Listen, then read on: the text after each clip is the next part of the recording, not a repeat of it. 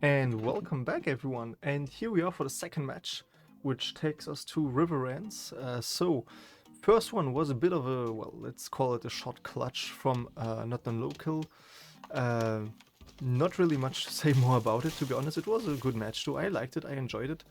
And yeah, it allowed me to prove that at least I got the timings right. So let's see what we're gonna do in the second one. So first of all, I'm placing down all my tasks whatsoever. So of course it would have been quicker with the hotkeys, but I didn't know them and I didn't memorize them up to the match. So I had to do it all old school fashioned. But to be honest, I don't think it's such a big difference.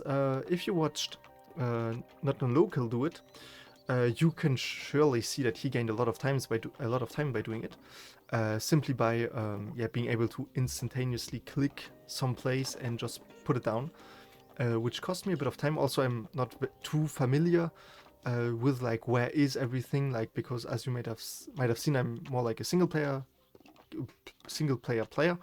But yeah, there we are. So what I did was placing two furnaces in different tasks, which allowed me to prioritize one of the other, so that like as soon as I had 4 blocks, yeah, it's just gonna be put down, and you can see that the people just turn around, and there is the furnace. Because right at the start, what we want to do is we want to get a ton of lances, 8 in total to be honest, and 8 ingots. But for this we need a lot of iron and a lot of brimstone, or gold as I like to call it. But then yeah, we also need like the sentinel, which was what I noted what didn't work. Also there's a flying stockpile there.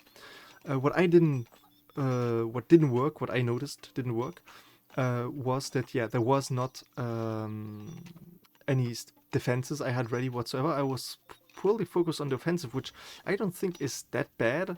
The problem is only that if you focus on the offensive and your enemy is prepared on the defensive, like he was, for example, with the Sentinel ward, well, then obviously it's gonna be a big issue when I get to his base and then I lose and he gets to mine, and then he's just going to able to like rush freely. Plus, we saw in the great finale that there was a big problem when you have no defense, or at least when you have like an angle which is uncovered by them, and then there's like one worker can literally win the match for you or lose it. So yeah, very important nuances. So that's why you can see me do this what I call the Tower of Doom, because I think it is a Tower of Doom. I think it was Ruvente who did a very nice row of those in his match. I'm not sure though, but I think it was him. But it was a quarterfinal match. That's I'm pretty sure about that. But yeah, it's he had like a nice row of those, and which I thought was very neat. Unfortunately, I think he lost all of his guys, or lost due to time, so it was a long match too. But yeah, the row was, or seemed at least, pretty efficient.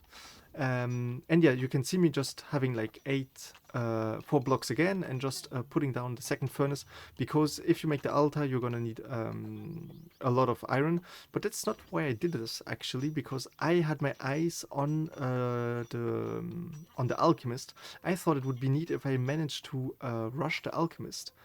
Why is that? Because first of all, the bombs are pretty effective, and if he has a tower, you can basically just one-shot them. So yeah, if you have to like counter the Tower of Doom, as we call it, yeah, the best strategy is simply to build an alchemist and one-shot the bombs which are on top, because they are pretty fragile. And I thought I'm gonna copy my opponent to just make this. I think, although I'm not sure if he does use the quarry, I think he must be, because there are the stairs. But on the other hand, I'm like, what rages does he use? I'm not sure. Or maybe multiple tasks, which would surprise me, to be honest. But yeah, at least know that right now his defensive structure around his crystal is pretty much meta. Because yeah, you can just, as you can see, I'm just taking a look at it. It seems to be like the quarry. I'm just wondering myself how he does this, and he's also pretty quick at it, I've got to say. Meanwhile, I've been mining the stones, because I figured it might be the quickest way to manually, like, yeah, like I do, get them. The problem is that, of course, if he's digging the ground, which in his video he does pretty manually, like take one guy and order him which tile to dig, it's gonna be quicker, especially if you want to get like the blocks, the stone blocks, pretty quickly. Because back in the days, actually, like, this is old castle story knowledge, you had to manually guide every one of your guys. And you can see me just canceling the tasks there. Simply because it might be an issue, because I had this before, that they were like focusing on the eternal tasks, so to say, so like on the chopping a log. But in the end, they weren't doing what they were supposed to do, like the important stuff. And now the non-aggression phase just ended, like a few seconds ago. And yeah, that's gonna be like the question. What is he going to do? Is he going to be like rushing me immediately? Is he going to be sending a feeler? So what I did was going to equip one guy, put him on defensive, and just send him ahead, because I knew that information is key. It's important to know what your opponent is doing. For example, if he would be coming rushing me down right now, I'm gonna be in a lot of trouble. And so what I did was order the sentinels, and there's already one of his guys popping up on the screen. And yeah, I think there is a fight going, and it's not just one guy, it's 4 guys, so that's that's a rough call. At this point, I could have eventually left 4 guys there, or maybe 3 guys in the base, if I would have had a sentinel, because with the sentinel I could have tanked a lot more, and just maybe like send 2 guys out to attack his base. But yeah, then I immediately countered him, just making a show of force. And the problem is, yeah, of course, now we're gonna play a game of chicken. He has 2 guys in his base, and I knew that. And they were still working, they were still producing anything, so I had to get rid of them really quickly. So I thought, let's just put everyone together, try to rush him, and the problem is he was always gonna run away. Although, this time he didn't, so I was surprised. And there you can see basically the micromanagement, which I was totally not able to pull off, which he was. Basically, the time I noticed that there was one guy low on health, and that I was calling him back, and plus the lag, there was no chance whatsoever for him to run back, because there's like a 200 millisecond ping, plus there are like many other factors, like me not seeing it or not like seeing it soon enough. And yeah, so basically the guy just died. Luckily, another one immediately respawned, which I immediately ordered to go for the sentinels, because I knew this was the big flaw before. And now it's a 4 against 5, because I think I lost 2 guys. I can respawn another one, which I just did. But yeah, so there's my first sentinel. And the problem now is no tower whatsoever is ready. And you can see me just wanting to put it down like on top of the stones, simply to have it down somewhere and on the stone, so it's not underground. But you can see that my guy was incredibly uncooperative, putting it down before the stone blocks, which was really not helpful. So Notnonlokill just waited for them to heal up a bit, and there's a big melee again, so focusing one of my guys, and yeah, he's dead already. I barely had time to react. And that's the thing, I try to pick like his guys who were low on health. The problem is, yeah, at those moments he was just able to call them, to mop them up. And yeah, you can see that this is a problem maybe with the tower. This is my guys just not putting them down where they should be putting them down, the stones, because it's one big task. So he only starts with the bottom one, and of course, as soon as I put the sentinel down, it's just getting targeted, and yeah, it takes 4 hits to kill. So it's really not anything close to impressive. And I tried to make a kill. I did one, at least I did one. There's a second one which might fall. But overall, this fight, again, it's nothing compared to like the fight we had in the grand finale, where people were also, I think he was maybe a little bit careless in the second match, because he knew what he just did in the first one. And so yeah, he just knew that he could do this. At this point, actually, I have 2 halberdiers, 2 workers, and he has 1 very low halberdier, so my goal is very much to just get this one. But yeah, keeping the pursuit.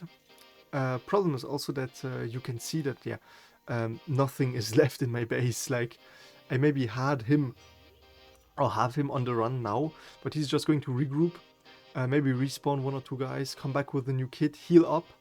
But yeah, I have 4 people alive right now. He has probably around maybe 4, 5, or even 6.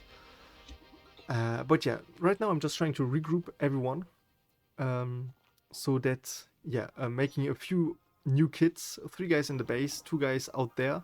I cancel everything wood related simply because I don't need them. And while I wasn't watching, he was actually attacking me, and yeah, once again I told the guy to run back, but it wasn't quick enough. And yeah, now it's a 4 versus 1 where there's no way I win this. And you can see that my guy is still working on the trench, we can say, on the digging, which I tried to imitate, but yeah, to no avail. And now he's just coming back to my base, seeing that I have nothing. Don't even have another kit, so as soon as this halberdier dies, all hope will be lost. What you could try is put the kit down and then just re-equip it with another one, because this will heal, well, sort of heal because you switch him, but there's also a bug like this which works. And I'm really trying to get this other kill right there, because I know that at least I will have this. But yeah, he's just going for the construction site and for the crystal now. So yeah, this is basically a GG, because I have really nothing left in my base to defend myself with. It was, in the end, a war of resources where he had to wear me down, because I think I had a better start than the first match. If there would have been a third match, maybe I would have been able to put up the tower in time. But yeah, my big mistake there was definitely to put like 2 towers down and not a single one, because then I would have been able to put the sentinels on top. And then I think it would have been a big difference, but unfortunately, well, it didn't happen like this. And right now you can see that I also sent like one guy behind him, like on hot pursuit, to his base, because I wanted to see what he had in the end. I was quite curious. And yeah, there you can see like there's the sentinel, which I was mentioning, the conquering ward, making sure that no one can conquer whatsoever in the base. So my guy was being incredibly uncooperative by not moving at all. But yeah, I tried to like pick it up, because I knew there was something where you could pick up the sentinel or like the conquering ward and then just put it back down, but it didn't work. I'm also staying in the dead angle of his sentinel, because yeah, that's the big issue. But yeah, overall it just lost, and yeah, so his base didn't even get a bit conquered, and I tried to dig the stone below it, but as you can see, it's part of the crystal, so it's really not possible to do anything. And I really took time to show this.